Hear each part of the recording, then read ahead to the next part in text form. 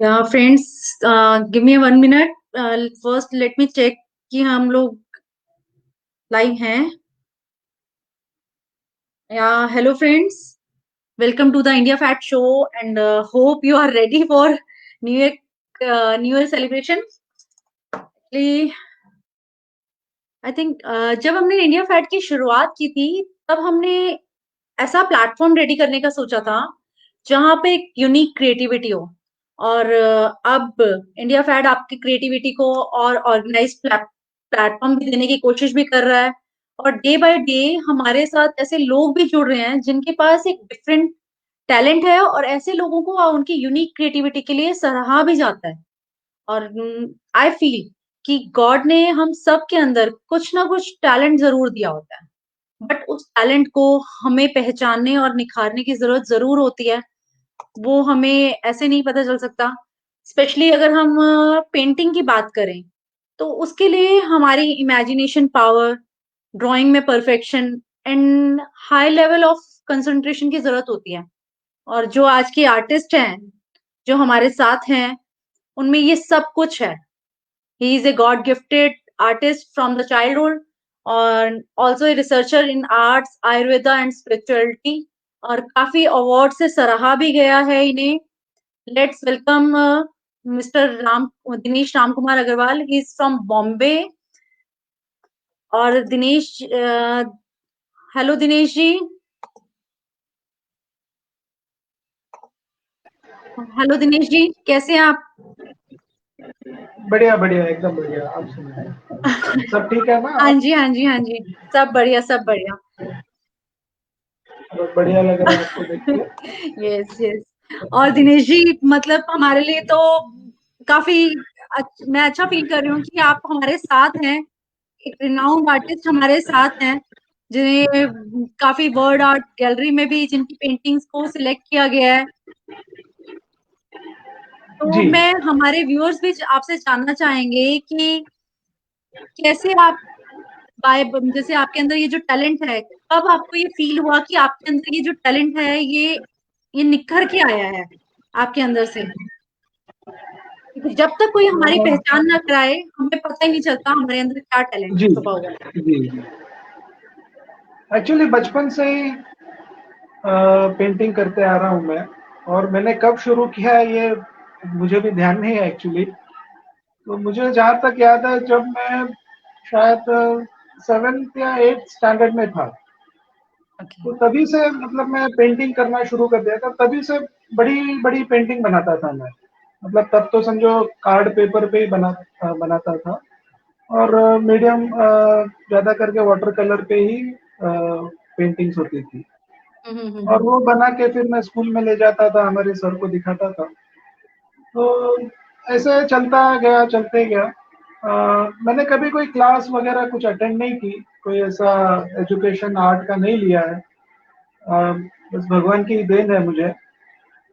और बीच में कुछ ऐसा मोड़ आया जब मेरी पेंटिंग्स कुछ साधु संतों की नज़रों में आई। तो नॉर्मली मैं एंटिक्स ही पेंट कर रहा था। तो जो पेंटिंग जब उन्होंने देखी, तो वो काफ़ी प्रभावित हुए वे। और उन्होंने मुझे सलाह दी कि आप अगर पेंटिंग अगर प्रोफेशनली आप करेंगे, तो हो सकता है कि आप बहुत ऊंचाई तक जाए। तो मुझे भी ये बात बहुत अच्छी लगी। और शौक तो था ही मुझे। तो मैंने इसे फिर काफ़ी सीरियसली लेना शुरू कर दिया। और फिर आगे बढ़ने का मैंने प्रयत्न किया फिर। दिनेश तो जी, ऐसे इसके करके लिए सीख लिया। जी। इस, इसके लिए आपको आपके फैमिली का सपोर्ट, आपका बैकग्राउंड कुछ इस तरह से है कि विदाउट एनी गाइडेंस आपने आप इतनी आगे तक पहुंच पाए हैं? एक्चुअली फैमिली तो मेरी इसमें ज़्यादा अवेयरनेस नहीं है कि आर्ट्स मतलब एक प्रोफेशन भी हो सकता है। तो हालांकि सपोर्ट नहीं था, लेकिन रुकावट भी नहीं थी मेरे लिए कोई भी फैमिली में। तो बस पिताजी कभी कभी ऐसा टोकते थे कि तू क्यों इसमें पैसे बर्बाद कर रहा है और टाइम बर्बाद कर रहा है। लेकिन शौक था। और भगवान की देन थी और मुझे काफ़ी आनंद फ़ील होता था। तो जब भी ऐसा समय मिलता मुझे रात, देर रात ऐसा, तो मैं पेंटिंग करने बैठ जाता था, स्केचेस करने बैठ जाता था। कुछ तो ऐसा केस हुआ है कि मेरे कुछ दोस्त स्केच मेरे चोरी करके ले जाते थे। अपने और नाम से? बाद हाँ, मतलब मैं नहीं रहता था घर पे तो फिर वो कोई पीछे से उनको दे देता था ओह, और वो मेरे हाथ से निकल जाती थी। वैसे कई स्केचेस मेरी चली गई है। तो वो वही। मैं बचा के नहीं रख पाया फिर। तो और आप? ऐसे ही चलता रहा, बस शौक पूरे करते रहे और आर्ट भी प्रैक्टिस से निखरता है। तो निखरते गया और काफ़ी प्रोत्साहन मुझे मिलते गए। लोग जब देखते थे मेरी पेंटिंग, हमारे करीब में ही मेरे पड़ोसी हैं, वो ड्राइंग टीचर है एक्चुअली में। ओके। तो एक बार उन्होंने मतलब मेरी पेंटिंग देखी, उनकी नज़र पड़ी और वो काफ़ी प्रभावित हुए मेरी पेंटिंग से। तो उनके शब्दों को मैं भूल नहीं पाऊँगा आज तक, जो उन्होंने कहा था कि you are a true artist. Really? तो हाँ, तो आज भी मेरे लिए मतलब वो शब्द बहुत ही मतलब बेशकीमती है। भले मुझे कोई भी अवार्ड मिले या कोई सर्टिफिकेट मिलता है, लेकिन उन शब्दों को मैं भूल नहीं पाऊँगा। तो दिनेश जी, कब मतलब पहली जब आपकी पेंटिंग आपको खुद भी नहीं याद थी, तब से स्टार्ट कर दी, बट एक जी। ऐसा टाइम जब आपको बहुत ज्यादा एक पेंटिंग के लिए इतना अप्रिशिएशन मिला हो कि आपको लगा हो कि नहीं, मैंने यही लाइन चूज करनी है, मैंने पेंटिंग की तरफ ही एज ए प्रोफेशनली जाना है, जी। तो वो ऐसा टाइम और कैसा फील हुआ फर्स्ट टाइम आपको? पर्सनली बहुत ही मतलब आनंद होता है जब आपकी कोई प्रशंसा करता है। राइट। और ज़्यादा मेरा जो ध्यान था शुरू में, मैंने जो हमारे पुरातन काल के जो भारतीय हेरिटेज है, पुरातन काल की मूर्तियाँ हैं, तो मैं बचपन से ही काफ़ी मतलब प्रभावित था मूर्तियों में, मतलब बहुत ही ज़्यादा दिलचस्पी रखता था मैं। और जब भी कोई ऐसी मूर्ति या फिर कोई ऐसा ऐतिहासिक जगह पे जब जाता था और जब वहाँ के जो कार्विंग्स वगैरह देखता था, तो मुझे ऐसी इच्छा हुई क्यों ना इनको मैं कैनवस पे उतारूँ पेंटिंग के रूप में। तो फिर मैंने कैनवस पे ही मतलब एंटिक्स पेंट करना शुरू किया और लोग भी काफ़ी प्रभावित हुए उन पेंटिंग्स को देख के। और बाद में कुछ ऐसा भी हुआ कि मुझे जो वर्ल्ड रिनाउंड आर्टिस्ट हैं, कुछ ऐसे आर्टिस्टों के साथ में रहने का मौका मिला मुझे। उनके साथ में काफ़ी वक़्त बिताया मैंने और उनसे फिर मैं सीख पाया कि और भी दुनिया में क्या चल रहा है। इंटरनेशनल लेवल पे, अंतर्राष्ट्रीय लेवल पे आर्ट क्या है। उनके साथ में रह के काफ़ी कुछ सीखने को मिला मुझे और इसके लिए मैं भी भगवान का शुक्रिया अदा करता हूँ कि मुझे ऐसा मौका मिला। तो बस यही है। लेकिन जितना मैंने आपके बारे में एज न्यूज़पेपर में पढ़ा है, आपकी जो आपने की स्टडी है वो एक फार्मेसी के थ्रू, फार्मेसी में है, जी। और आपकी जो जर्नी स्टार्ट हुई हुई है वो एज ए आर्टिस्ट, तो दोनों ही मतलब अलग डायरेक्शन है। जी, डायरेक्शन है अलग, लेकिन फार्मेसी तब शायद मेरी मजबूरी थी क्योंकि पेरेंट्स का प्रेशर, पेरेंट्स का पेरेंट्स प्रेशर का कह सकते हैं। प्रेशर भी नहीं था, मुझे हाथ पकड़ के जाके बिठा दिया गया था। और तभी हमें इतना कुछ अवेयरनेस होता नहीं था और उस टाइम पे मतलब 90s की बात है, तो फील्ड भी बहुत कम होते थे, साइंस, कॉमर्स, आर्ट्स। हम्म। तो किसी ने मेरे ताऊ जी को फार्मेसी के बारे में बताया था और कुछ प्लानिंग ऐसा चल रही थी कि पिताजी चाहते थे कि मेडिकल स्टोर डालने की कुछ प्लानिंग में थे, तो इसलिए मुझे फार्मेसी करवा दिया। तो मुझे सीधा एडमिशन ही मतलब मेरा एडमिशन हो गया और ठीक है, जैसे मतलब ठीक ही था, मुझे कुछ ऐसा लगा नहीं कि मैं ये क्या कर रहा हूँ। तो फार्मेसी भी की, डिप्लोमा किया मैंने और वहाँ पर भी काफ़ी तारीफ होती थी जब वो स्केचेस में बनाता था साइंस में। तो टीचर्स वहाँ के बहुत प्रभावित होते थे और मेरे कारण कुछ मेरे जो दोस्त थे उनको भी डांट पड़ती थी तो मतलब आपने अपना पेंटिंग देख पेंटिंग के। का शौक, अपने पेंटिंग का शौक वहां पे भी जिंदा रखा है, आपने खत्म नहीं होने हाँ दिया वहां। बिल्कुल बिल्कुल बिल्कुल, और काफी मतलब दोस्त ऐसे भी थे फ्रेंड सर्कल की मुझसे ड्राइंग करवा के लेते थे और बाद में बहुत खुश होते थे और वो जाके सभी को दिखाते थे, देखो दिनेश ने मेरे लिए ड्राइंग बना के दी। और ऐसा बस चल रहा था सब। तो दिनेश जी, एक अगर पेंटिंग के पॉइंट ऑफ व्यू से बात की जाए तो एक नॉर्मल पर्सन के लिए एक जब कैसे डिफरेंशिएट करेगा, और पेंटिंग पेंटिंग में बेसिकली कितने टाइप्स की पेंटिंग्स हम कह सकते हैं कि होती हैं? जी पेंटिंग्स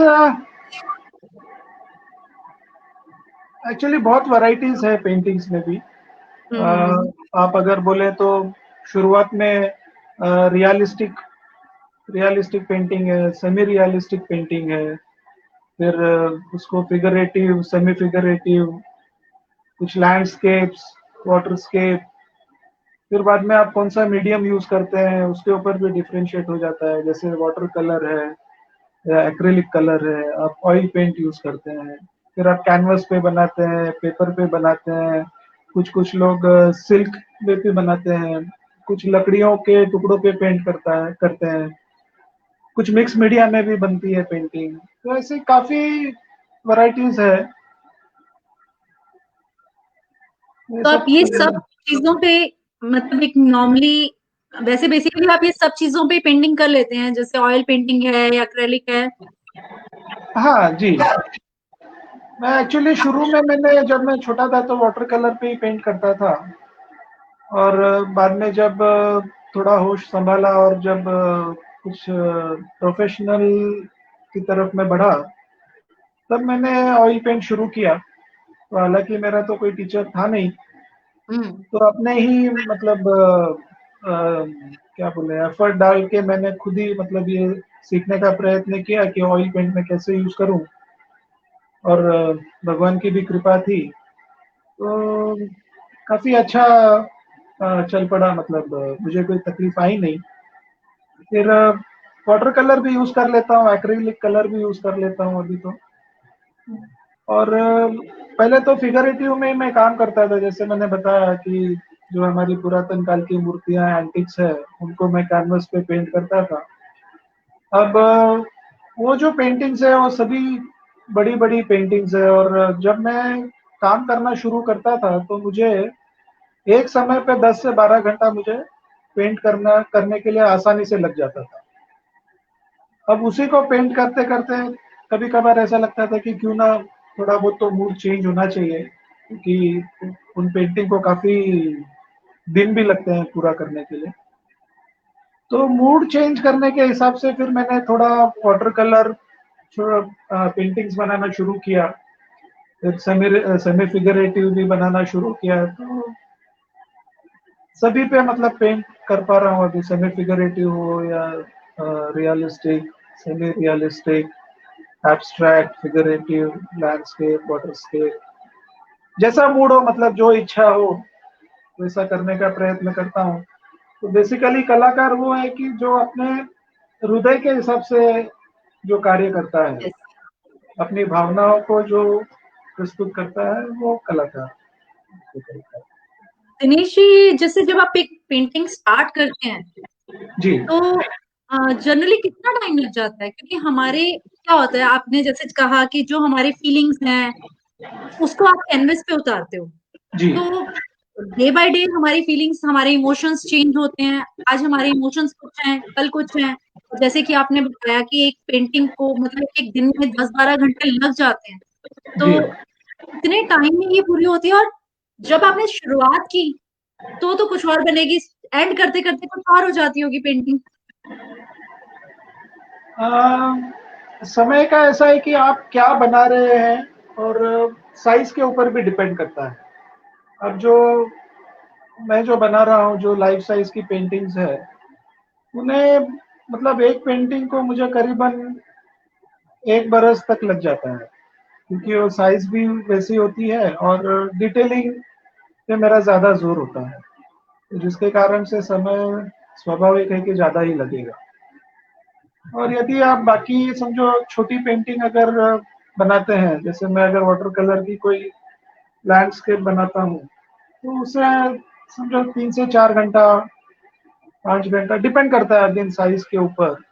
सेमी फिगरेटिव भी समझो 10-12 घंटा या फिर 2-4 दिन तो लग ही जाते हैं। डिपेंड करता है आप क्या बनाते हो उसके ऊपर समय कितना लगेगा, उसके ऊपर ही डिपेंड है। हम बनाना बनाना बेसिकली कुछ चाहें कि कई बार ऐसा होता होगा बनती कुछ और चीज होगी, निकल के कुछ और चीज निकल के आती होगी, क्योंकि हमारे इमोशंस पे डिपेंड करती है, जो हम फील जी, कर रहे हैं जी। वो डिपेंड करती है। हाँ, एक केस मेरे साथ में हुआ है ऐसा। तो एक दिन मतलब इच्छा हुई कि मैं जाकर थोड़ा बाहर जाके पेंटिंग करूं। तो मैंने सब पेंटिंग का सामान लिया और बगल में ही हमारे एक पारसी खिल, एक छोटी सी पहाड़ी है, काफी ग्रीनरी है वहां पर। मैंने सोचा कि चलो वहां जाकर वहां के जो ग्रीनरी है वो मैं पेंट करूं। तो मैं गया, अपना वाटर कलर लिया, पेपर लिया और मैंने पेंट करना शुरू किया। तो जो बनाना था वो बना नहीं, ये कुछ और बन गया। ये आप जो देख रहे हैं ना पेंटिंग, यस यस यस। हाँ, ये उसी की कहानी नहीं है। क्योंकि तो पेंटिंग तो हमारी इमेजिनेशन पे डिपेंड करती है। हाँ, बस मैं मतलब बनाने कुछ गया था और ये बन गया ये। और वहीं ओके। बैठे बैठे फिर मैंने 2 पेंटिंग और खत्म की, वो भी मैं आपको दिखाता हूँ। हम्म। तो एक ये, अच्छा, सब ग्रीनरी पे आप बनाते हैं बेसिकली? मैंने जितनी आपकी पेंटिंग्स देखी हैं तो आप ज्यादातर ट्रीज पे फोकस करते हैं, ट्रीज को, और रियलिस्टिक हाँ, पेंटिंग को हाँ, ज्यादातर। हाँ, ट्रीज पे इसलिए क्योंकि मुझे भी बहुत कुदरत से बहुत प्यार है। और आय आय। पता नहीं न चाहते हुए भी वो, या कारण तो नहीं बता पाऊंगा, पर दिमाग जो है वहीं जाता है, ग्रीनरी पे। और मुझे अच्छा लगता है ग्रीनरी, मतलब बहुत उसके बगैर तो रह ही नहीं सकते हम। तो नेचर से भी जुड़े जुड़े रहते हैं और वो होना चाहिए। नेचर को एक प्रोटेक्ट करने का एक माध्यम भी इसको बना सकते हैं हम, जिस पब्लिसिटी भी हो। नेचर से हमें बहुत कुछ मिलता भी है। मैं तो बिल्कुल, बाकी बिल्कुल। जो हमारे व्यूअर्स हैं, मैं सबको ही बोलूंगी कि नेचर को बचाना हमारी रिस्पॉन्सिबिलिटी है, क्योंकि नेचर हमें बहुत कुछ देती है और वो कुछ कुछ नहीं दे सकता। नेचर के बिना बिल्कुल, कुछ नहीं है। बिल्कुल। नेचर के बगैर तो हमारा भी अस्तित्व नहीं है। राइट। नेचर है तो हम है, और हम भी नेचर का ही भाग है। तो दिनेश जी, जैसे आप इसके लिए आपको ट्रेवल भी बहुत करना पड़ता होगा, जैसे आप रियलिस्टिक पेंटिंग पे ही ज्यादा फोकस करते हैं, तो इसके लिए आपका ट्रेवल भी बहुत ज्यादा होता होगा, कि आप बॉम्बे में रह के या घर से रह के तो ये पेंटिंग पॉसिबल नहीं है। जी, जी, समझ लेता यानी हूँ। क्या, मेरे पूछने का था कि ये आप घर से रह के भी ये पेंटिंग इस तरह से बना लेते हैं, कि या नेचर के पास ही आपको जाना पड़ता है? नेचर के पास जाके करेंगे तो एक मानसिकता बन जाती है, एक मूड जो होता है वो तैयार हो जाता है। और वैसे घर पे भी बना सकते हैं, कोई प्रॉब्लम नहीं है, इमेजिनरी भी बना सकते हैं। या फिर कुछ फोटोग्राफ्स लेके हम फोटोग्राफ से भी बना लेते हैं। जैसे अगर ऑयल पेंट बनाना है, ऑयल में बनाना है, तो बाहर जाके वो आउटडोर में पॉसिबल नहीं होता है, क्योंकि ऑयल पेंट को सूखने को काफी वक्त लगता है। तो आउटडोर पेंटिंग के लिए आइडियल जो होता है वो वाटर कलर या फिर एक्रेलिक ज्यादा आइडियल होता है। ओके। अभी जैसे ऑयल पेंट पे भी मैं सोच रहा हूँ कुछ बड़ी पेंटिंग्स बनाने के लिए, तो वहाँ की जो कुछ फोटोग्राफ्स है वो मैं कलेक्शन कर रहा हूँ अभी, नेचर की। वो इन फ्यूचर ऐसे बड़ी बड़ी पेंटिंग ऑयल पेंट में बनाने का विचार चल रहा है मन में। कैनवस भी लाके रखा हुआ है मैंने। तो देखते हैं कब शुरुआत होती है। आपकी पेंटिंग में तो बहुत टाइम और सारा दिन, इतने पैशन चाहिए रियली। जैसे बिल्कुल, आपको बिल्कुल। जैसे देखिए, आपको आपने हाँ जी, हाँ जी। दिनेश जी, आप मुझे सुन पा रहे हैं?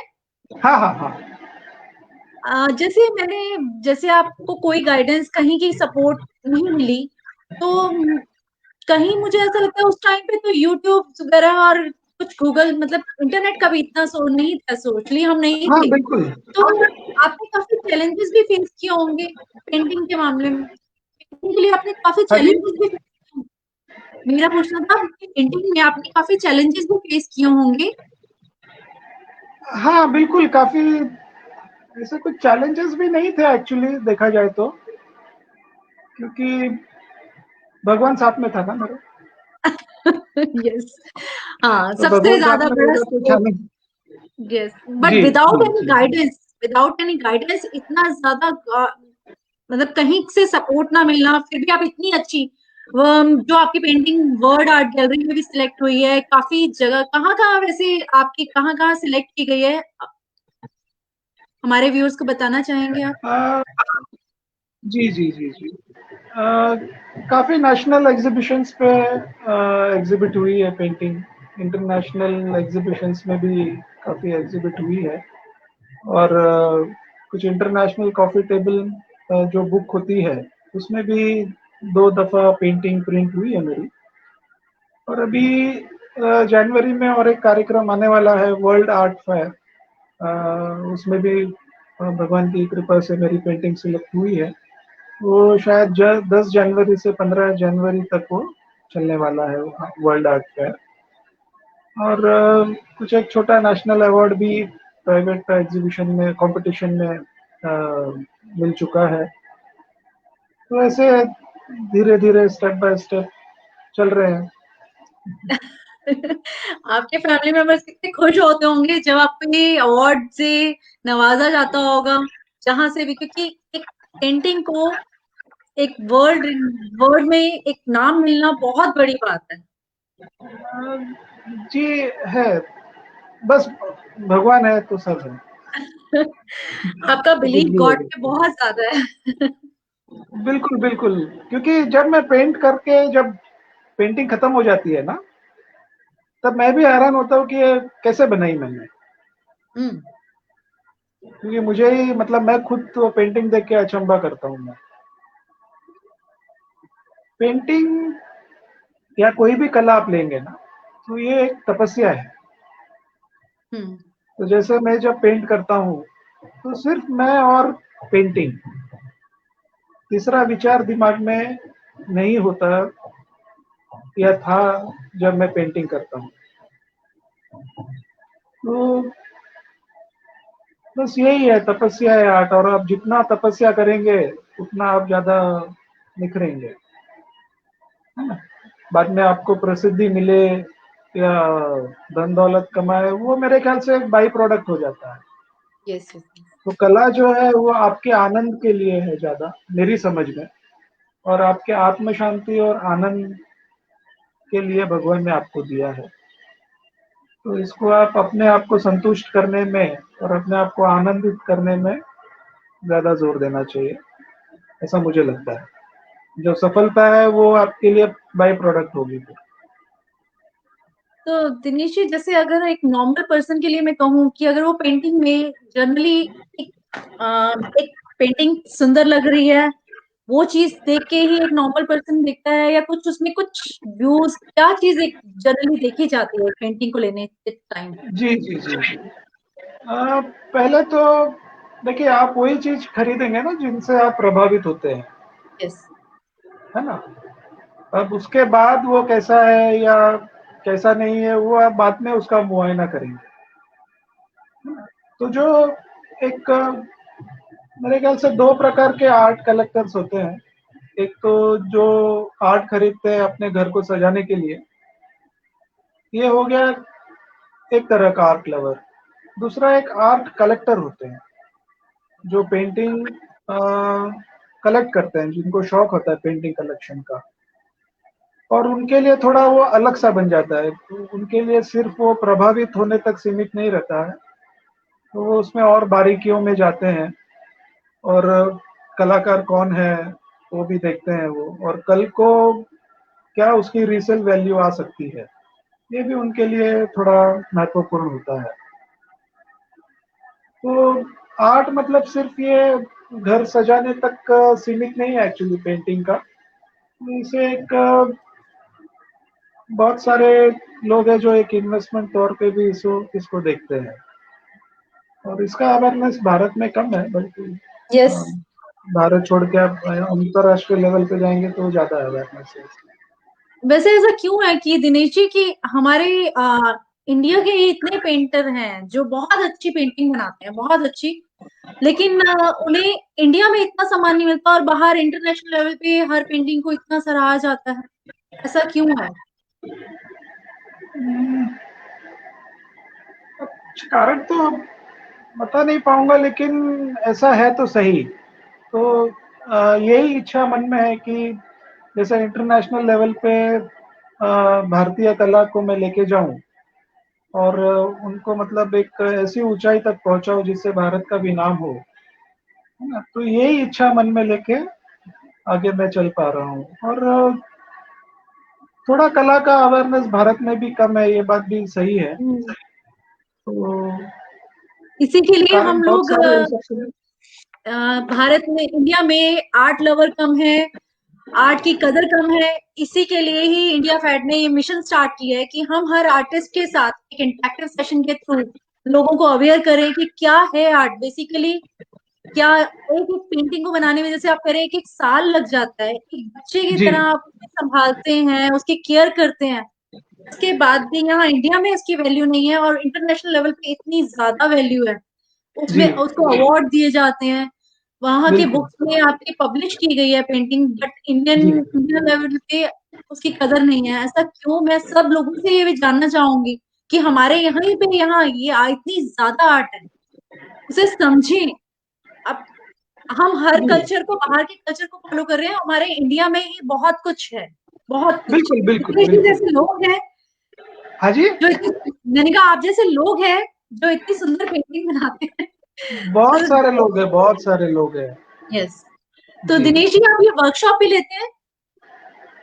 वर्कशॉप अभी तक मैंने लिया नहीं एक्चुअली। काफी लोग पूछते हैं इसके बारे में भी, लेकिन पता नहीं कहीं मानसिकता ऐसी तैयार नहीं हो रही है कि मैं कुछ लूँ, वर्कशॉप शुरू करूँ।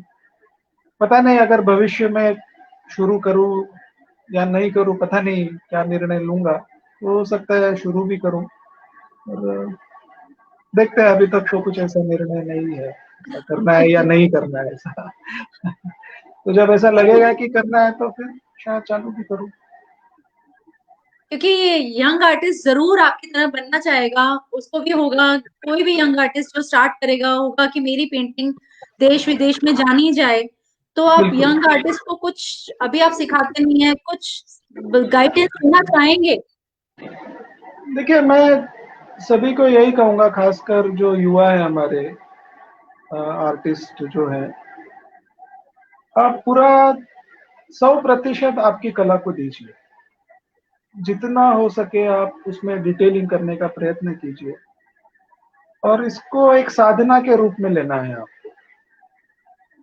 ये बिकेगी नहीं बिकेगी, कल क्या होगा, आपको अवार्ड मिला या नहीं मिला, वो सब दिमाग से निकाल दीजिए, कम से कम कुछ वर्षों के लिए। और अपने कला को निखारने पे ज्यादा जोर दीजिए। तो यही मैं उनको सलाह दूंगा। अभी जैसे आप अगर ये मेरी पेंटिंग ये देख सकते हैं, यस, ये मैंने देखी। ये वाटर कलर पे बनी है, ये वाटर कलर पे अच्छा, मैंने कुछ किया है। ये भी तो इसमें रियलिस्टिक पेंटिंग है? हाँ, ये ये आपकी रियलिस्टिक? रियलिस्टिक में आ जाती है। ओके। जी। और अभी मतलब मैं आपको ये शायद कैमरा में समझ नहीं नहीं, पाएंगे आप, तो इसकी जो हाँ। डिटेलिंग है, ओके। तो इसकी डिटेलिंग पे मैंने ज्यादा जोर दिया है। थोड़ा सा गाइड करेंगे हमें कि क्या आप इसमें दिखाना चाहते हैं, मतलब पेंटिंग के थ्रू आप क्या मैसेज कन्वे करना चाहते हैं? जी। देखिए, मैं जो पेंटिंग बनाता हूँ, ये मेरा मतलब हर पेंटिंग पे जोर यही रहता है कि मैं ज्यादा से ज्यादा उस पेंटिंग के हिसाब से उसमें डिटेलिंग ज्यादा से ज्यादा देने का प्रयत्न करता हूँ। अभी जैसे मैं जो एंटिक्स बना रहा हूँ, तो यदि आप उससे आप देखोगे तो आपको उसमें बहुत भरपूर डिटेलिंग्स दिखाई देंगी, है ना। तो डिटेलिंग्स देखने का कैसा होता है कि आप मैग्नीफाइंग ग्लास, जैसे अभी मोबाइल में भी आजकल प्ले स्टोर से हम्म। आप मैग्नीफाइंग ग्लास डाउनलोड कर सकते हैं ऐप को, और उसके माध्यम से भी आप जो डिटेलिंग आप देख सकते हैं, तो आपको वो सारा कुछ बहुत बढ़िया नजर आएगा।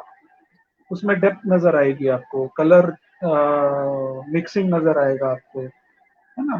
तो उसको डिटेलिंग कहा जाता है। तो ये बहुत से लोगों को पता नहीं है एक्चुअली।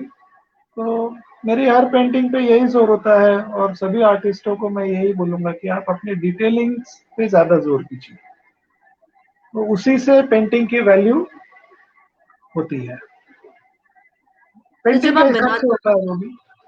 तो जब आप बनाते हैं तो इतनी बारीकियां तो फिर ग्लास के थ्रू तो नहीं, ये तो आप खुद बनाते होंगे ना? हाँ जी। जब आप खुद बनाते हैं पेंटिंग, तो ये तो विदाउट ग्लासेस बनती होंगी ना, इतनी बारीकियां, इतने पैटर्न्स, तो ये तो विदाउट ग्लासेस। हाँ हाँ हाँ हाँ, विदाउट क्लासेस होता है, ये टेक्निक होती है एक्चुअली। तो टेक्निक यूज करेंगे आप तो फिर वो आ जाता है, और बाद में आप जब इससे मैग्नीफाइंग ग्लास से देखेंगे, तब आपको बारीकियां आप देख सकते हैं मैग्नीफाइंग ग्लास से। अभी मेरे पास कोई साधन नहीं है, मतलब अभी लाइव है हम लोग। हम्म अ, हम्म हम्म मैं ऐसा कर सकता हूँ कि इसका एक वीडियो लेके है ना, आपके ग्रुप में और मैंने पेज पे डाल मैंने दूंगा, या कुछ फिर डाली कुछ थी। ऐसा क्लोजअप फोटो, मैग्नीफाइड फोटोज, वो भी मैं आपके ग्रुप में चाहे तो अपलोड कर सकता हूँ, तो जो देखने वाले हैं उनको समझ में आएगा कि डिटेलिंग क्या होती है। मैंने कुछ पिक्स डाली थी आपकी ग्रुप, अपने ग्रुप में, और ओके। पेज पे भी डाली हुई हैं। आप अपनी और पिक्स जो हैं, जो आपकी पेंटिंग बहुत अच्छी हैं, जो वर्ड बुक में आपकी पेन पब्लिश हुई है, वो प्लीज हमारे साथ शेयर कीजिएगा। हाँ और बिल्कुल। अच्छा, जैसे दो आपने इसमें पेंटिंग। बताया। हाँ जी जी दिनेश जी जी। जी जैसे आपने बताया कि इसमें टेक्निक्स होती हैं, पेंटिंग जी बनाने में भी टेक्निक्स होती हैं। तो टेक्निक्स जैसे अब एडवांस लेवल, हर चीज हम एडवांस लेवल पे करते जा रहे हैं, हर चीज जी टेक्निकली हम एडवांस होते जी। जा रहे हैं। तो पेंटिंग में भी ऐसा कुछ है कि हम एडवांस लेवल पे आगे जाते जा रहे हैं? बिल्कुल है। अभी टेक्निक की अगर बात लेंगे, अभी पेंटिंग के हिसाब से टेक्निक्स बदल जाती है। ओके। मतलब आप क्या बना रहे हैं वो उसके ऊपर डिपेंड करता है। हम्म। समझो अगर आप रियलिस्टिक बना रहे हैं तो वो टेक्निक अलग होगी, अगर आप सेमी फिगरेटिव बना रहे हैं तो उसकी टेक्निक अलग होगी। उसमें मीडियम क्या यूज करते हैं, कैसे बनाते हैं, वो सब मतलब वेरी करता है एक्चुअली। तो एक ही टेक्निक या किसी भी पेंटिंग के लिए एक जनरल टेक्निक ऐसा नहीं बोल सकते। तो अलग अलग पेंटिंग अलग अलग टेक्निक से आप बना सकते हैं। तो अभी काफी अवेयरनेस हो गया, काफी लोग अभी टेक्निक से ही पेंटिंग कर रहे हैं। तो एक आपको मैं अगर उदाहरण दूं तो मैंने टीवी न्यूज में देखा था, कई वर्ष हो गए उसे देख के।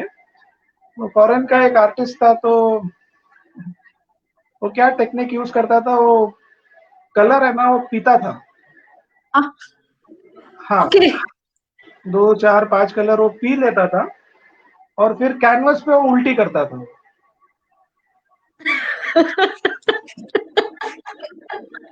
Oh my God. ये क्या टेक्निक हुई?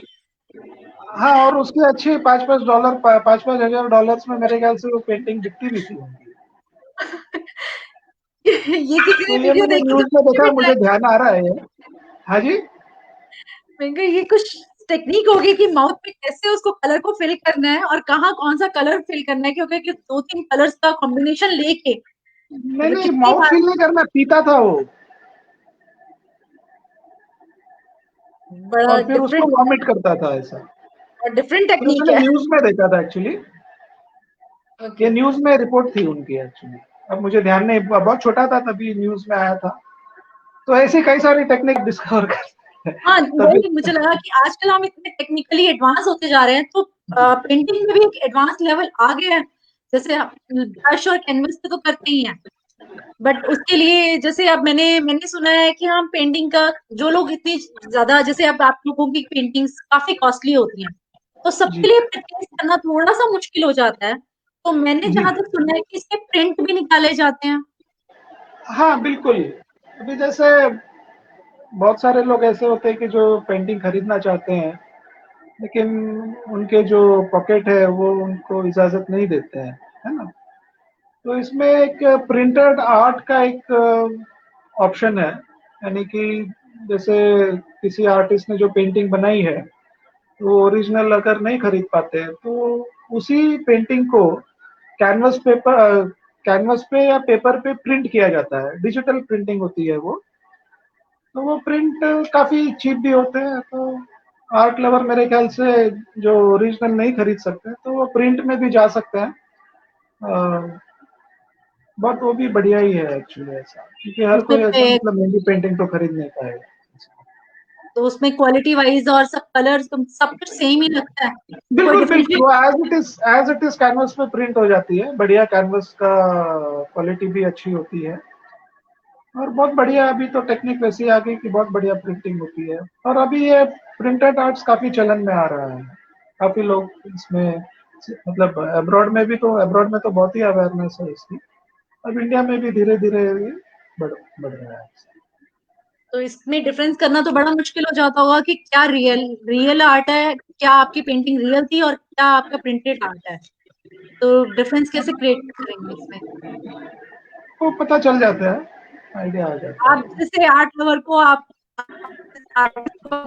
नॉर्मल तो जज करना मुश्किल है। हाँ, मतलब ये हो सकता है कि एक मतलब किसी को अगर जानकारी नहीं है तो, बट वो रेट में कोई ओरिजिनल नहीं देगा आपको, प्रिंट ही देगा।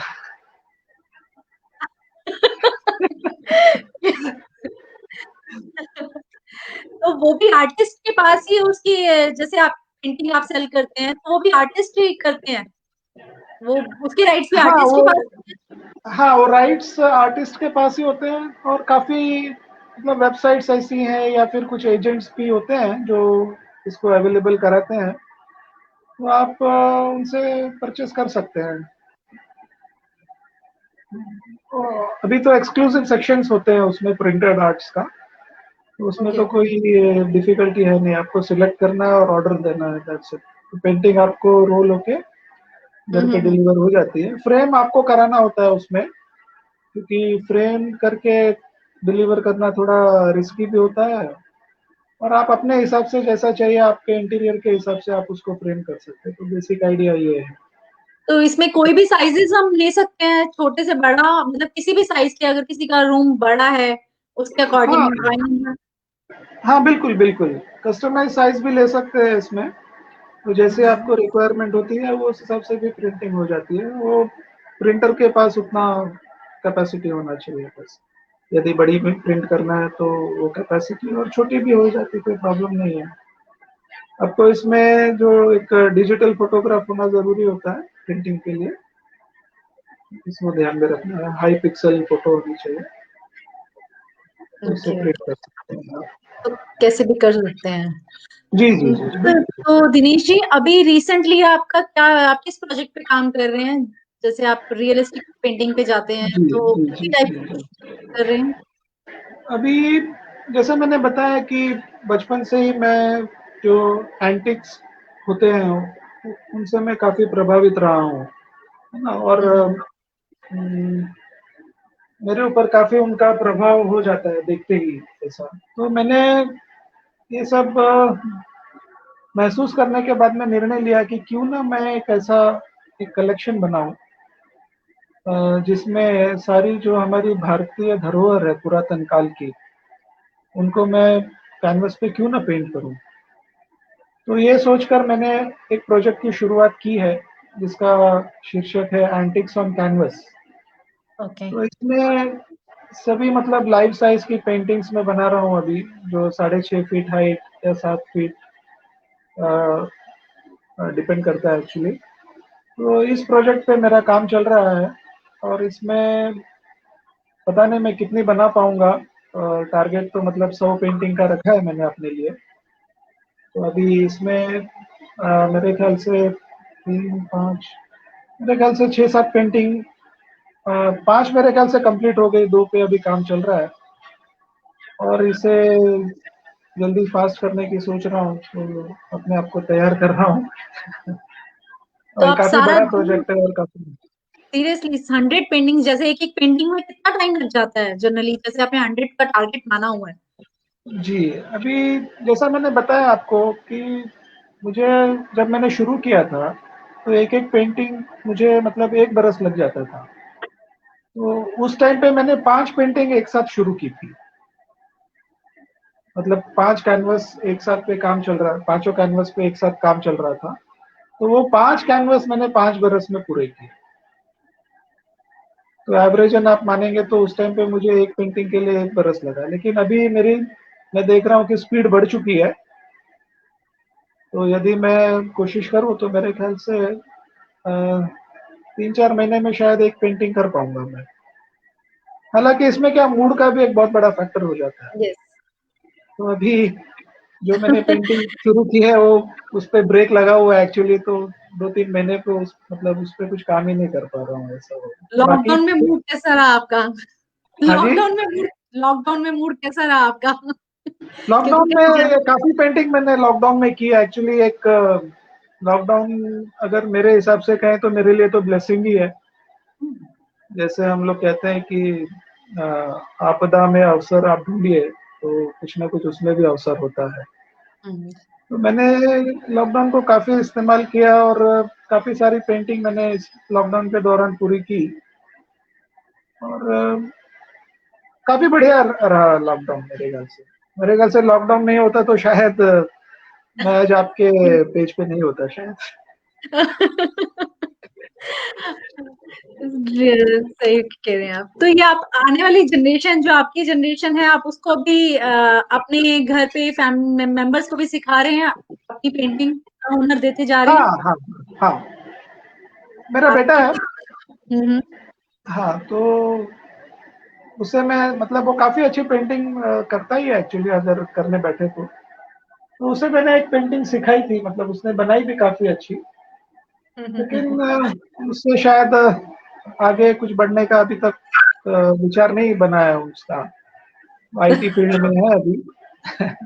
तो हालांकि मैं इंसिस्ट कर रहा था, लेकिन शायद जब उसके दिल में आएगा या नहीं राइट। आएगा पता नहीं, है ना? तो उसके ऊपर डिपेंड करता है। बच्चे के अंदर क्या प्रतिभा छुपी हुई है हमें भी नहीं पता, गॉड नोज।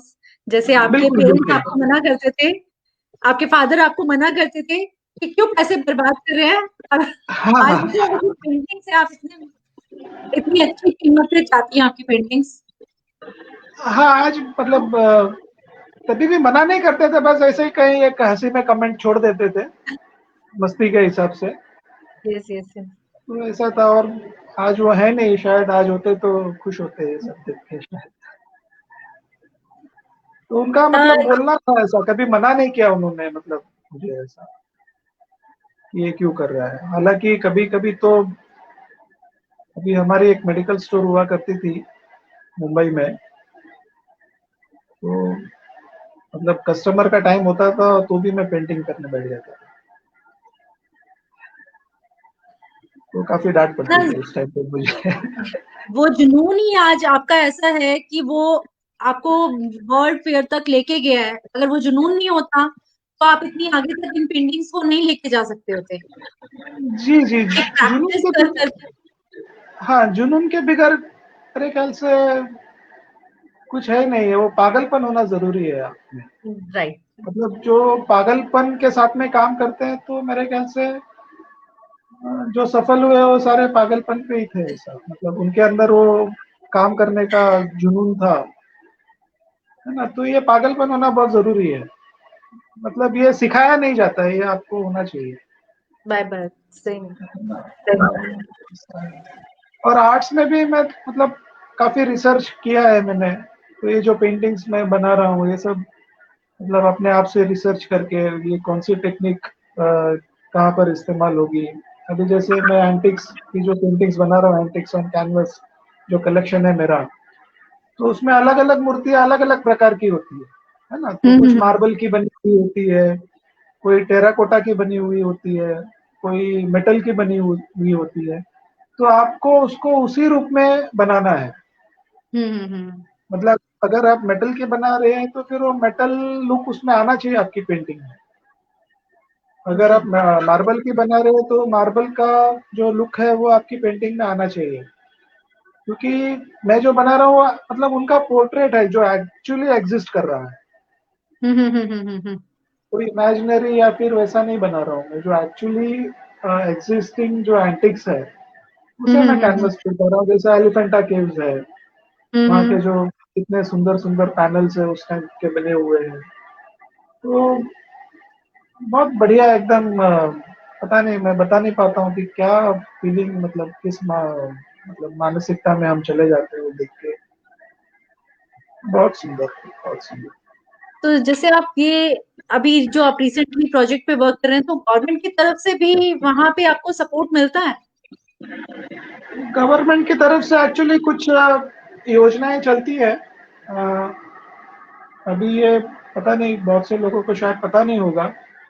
तो गवर्नमेंट के पास एक डिपार्टमेंट है जिसमें वो जो कलाकार होते हैं उनका रजिस्ट्रेशन होता है, आर्टिसन। मेरे पास उनका कार्ड भी है एक्चुअली। तो ओके। जो भी रजिस्टर्ड जो हो जाते हैं आर्टिसन के तौर पे गवर्नमेंट के साथ में, तो उनको कुछ फैसिलिटीज भी हैं उनकी तरफ से। जैसे आपको कुछ एग्जीबिशंस फ्री में मिल जाती है। अभी जैसे मैंने बेलापुर, नवी मुंबई में अर्बन हाट में एक एग्जीबिशन थी। तो मेरे पास कार्ड होने के कारण मुझे मतलब कुछ भी मतलब निशुल्क था वो मेरे लिए। वैसे कई कलाकार वहां पर थे जिनको मतलब कुछ भी चार्ज नहीं देना पड़ा, क्योंकि वो गवर्नमेंट के स्कीम के अंडर में उनको ये रजिस्टर्ड थे वो। और कुछ मतलब कोई समझो प्रवास करके कहीं दूर से आ रहे हैं तो उनको डेली भत्ता ये भी मिलता है। ओके। प्रवास का भी कुछ मेरे ख्याल से मिलता होगा, वो डिटेल शायद वो जाएंगे आप गवर्नमेंट ऑफिस में तो सारी जानकारी आपको दे देंगे। आपको एक आई कार्ड मिल जाता है। तो वो बेटर है अगर आप भी सब लोग जो भी कलाकार हैं उसमें, मतलब इसमें मेरे ख्याल से ये हैंडलूम वगैरह भी आ जाता होगा शायद, वहाँ पता करना होगा आपको। ओके। ये बहुत तो बढ़िया है, सभी को रजिस्टर करना चाहिए। तो दिनेश जी, ये जैसे आजकल मॉडर्नाइज आर्ट और एब्स्ट्रैक्ट आर्ट का है, मॉडर्नाइज आर्ट और एब्स्ट्रैक्ट आर्ट, तो वो भी आप बनाते हैं? हाँ, ये मॉडर्न आर्ट एक्चुअली इसको थोड़ा समझने की जरूरत है। मॉडर्न मतलब एब्स्ट्रैक्ट नहीं होता है। मॉडर्न आर्ट मतलब एक कुछ पीरियड है, जैसे मेरे ख्याल से अभी मुझे ठीक से ध्यान में नहीं आ रहा। तो 1940 से लेके 2000 तक का जो पीरियड है उस दौरान जो, अंदाजा बता रहा हूँ, मुझे भी ठीक से हम्म अभी वो देखना पड़ेगा। हम्म तो हम्म उस दौरान का जो पीरियड है, उस दौरान में जो पेंटिंग्स या जो कलाकार ने जो पेंटिंग बनाई है उसे मॉडर्न आर्ट कहा जाता है। ओके। तो इसमें मैंने देखा समझ पा रहे मतलब, हैं? हाँ जी हाँ जी हाँ जी। तो इसको हाँ, समझना समझना थोड़ा सा एब्स्ट्रैक्ट आर्ट को थोड़ा मुश्किल हो जाता है कि बेसिकली क्या दिखाना चाह रहा है पेंटर। हाँ, एब्स्ट्रैक्ट आर्ट क्या होता है कि जो कलाकार जो होता है वो अपनी भावना उस एब्स्ट्रैक्ट के द्वारा प्रस्तुत करना चाहता है, वो उसमें समाहित करता है। अभी हम्म। मैं आपको उदाहरण दूं एब्स्ट्रैक्ट और फिगरेटिव में, तो मान के चलिए कि आप एक सिग्नल पे खड़े हैं। सिग्नल को आप लोग दिल्ली में रेड लाइट बोलते हैं शायद, यस यस यस। हाँ जी हाँ है जी। ना? हाँ जी। तो अभी तो रेड लाइट लगी हुई है। पहले तो देखिए कोई भी पुलिस वाला वहां पे खड़ा होकर आपको बाकायदा हाथ से रोकता था, हाँ जी है ना? हाँ जी तो हाँ वो जी हाँ जी। फिगरेटिव हो गया। ओके। अब क्या हो गया, अब वहां पर कोई इंसान नहीं है, सिर्फ लाल बत्ती है वहां पे। हम्म। तो अब लाल बत्ती हमें समझ में आ जाती है कि हमको आगे नहीं बढ़ना है। टॉप। तो ये एब्स्ट्रैक्ट हो गया। हम्म। तो उसमें एब्स्ट्रैक्ट यानी कि इंडिकेटिव या सिंबलाइजिंग ऐसा। हम्म। तो ये एब्स्ट्रैक्ट है। हम्म। अपनी फीलिंग्स को या कुछ वो आर्टिस्ट कहना चाहता है उसे एब्स्ट्रैक्ट फॉर्म में कैनवस पे उतारता है। तो ये आप पूरा टाइम अपनी पेंटिंग्स को ही देते हैं, या कहीं और भी एज ए प्रोफेशनली आपने पूरी तरह से पेंटिंग पे ही है?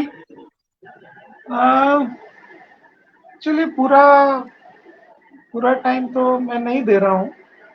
और एक्चुअली मैंने मतलब एज अ प्रोफेशन या फिर मतलब करियर के तौर पे इसे नहीं कर रहा हूँ मैं। मेरे कुछ और भी चीजें हैं जो साथ में चल रही है। जैसे आपने कहा कि रिसर्चर भी हूँ मैं, तो आयुर्वेद में आध्यात्मिकता में, मेडिटेशन में, इनमें भी मेरा रिसर्च का काम चल रहा है। और साथ ही साथ ये भी सारे काम चल रहे हैं। मेरी जो मेरा जो उद्देश्य है, ये कोई मतलब ऐसा करियर बनाना नहीं है। मैं चाहता हूँ कि जितना भी हो सके समाज का और इस दुनिया का किसी भी प्रकार अ, अच्छी चीजें उन तक पहुंचनी चाहिए, जिससे पूरी दुनिया में एक अच्छा वातावरण तैयार हो, एक प्यार का माहौल तैयार हो, एक शांति का माहौल तैयार हो। और जो हमारा जो देश है वो विश्व में अपना, उनका मतलब भारत का, अ, भारत को जो हम बोल रहे हैं विश्व गुरु के रूप में हम देखना चाहते हैं। तो मेरी ये इच्छा है कि भारत को विश्व गुरु बनाने में हमारे मतलब जो भी योगदान हमसे हो सके वो हमें देना चाहिए, बिना किसी मतलब रुकावट के या हिचक के। तो मेरा यही मकसद है कि भारत का जो नाम है मैं कैसे विश्व में लेके जाऊं, तो और इस दुनिया को मैं क्या क्या दे कर रहे पाऊंगा। हैं? तो हाँ जी। इसमें आप क्या क्या लेके, इसमें आप जो आयुर्वेदा में रिसर्च कर रहे हैं, तो आप क्या किस चीज पे रिसर्च कर रहे हैं, कौन सी जी मेडिसिन पे रिसर्च कर रहे हैं? जी जी। आयुर्वेद में अभी मैंने 8 फॉर्मुलेशंस तैयार किए हुए हैं। उसमें एक हेयर ऑयल है जो गंजेपन के लिए लगा सकते हैं आप। इसमें इम्यूनिटी बूस्टर और हेल्थ प्रोटेक्शन एक लिक्विड है। और टीथ पाउडर है, एंटी पिंपल और टैनिंग के लिए क्रीम है, कफ सिरप है, मसाज ऑयल है। तो ये सारा कुछ आयुर्वेद और मतलब 100% प्योर फॉर्म में हम प्योर आयुर्वेदिक हम लोग बना रहे हैं इसको, बिना किसी केमिकल के। ओके। और सभी प्रोडक्ट रिजल्ट ओरिएंटेड प्रोडक्ट हम लोग बना रहे हैं। तो उसमें एक जो प्रोडक्ट है मेरा रजिस्टर हो चुका है। और मुझे लगता है कि जो भी ये फॉर्मुलेशंस जो बनाए हैं तो ये मतलब ह्यूमैनिटी के लिए काफी मतलब लाभदायक आगे चल के साबित हो सकते हैं। और भी काम चल रहा है, और भी कुछ प्रोडक्ट्स जो भी हम बना पाए, तो इन सब चीजों पे काम चल रहा है। और साथ ही में आध्यात्मिकता पे भी मैं काम कर रहा हूँ। मैंने एक ही अभी अभी ये बनाया हुआ है एक संस्था, दैविक ध्यान योग। तो उसके माध्यम से अभी ध्यान सिखा रहा हूँ मैं, और कुछ क्लासेस भी चालू किए हैं। तो इसका मकसद ये है कि आज आप देख पा रहे होंगे कि दुनिया में बहुत तकलीफें अभी चल रही है। हर यस। जगह आप देखेंगे तो सब जगह नेगेटिव सिचुएशंस ही मिल रही है। तो इसका जो मेरे हिसाब से जो कारण ये है कि आज इंसान जो है वो आध्यात्मिक रूप से कहीं नीचे जा रहा है। तो मुझे ऐसा लग रहा है कि जब तक इंसान आध्यात्मिक रूप से ज्यादा ग्रो नहीं करेगा तो तब तक थोड़ा मुश्किल लग रहा है मुझे। तो इसी उद्देश्य से फिर मैंने ये शुरू किया है। तो इसके माध्यम से सभी को ध्यान सिखाने का प्रयत्न कर रहे हैं हम लोग। और ये कोशिश कर रहे हैं कि जितना हो सके आध्यात्मिक रूप में इंसान आगे बढ़े और ग्रो करे, और डिवाइनिटी की तरफ जाए। तो ये एक साथ में ये भी चल रहा है। देखते हैं तो कहाँ मेडि तक। तो आप लोगों को मेडिटेशन में गाइडेंस देते हैं, उन्हें गाइड करते हैं मेडिटेशन के लिए?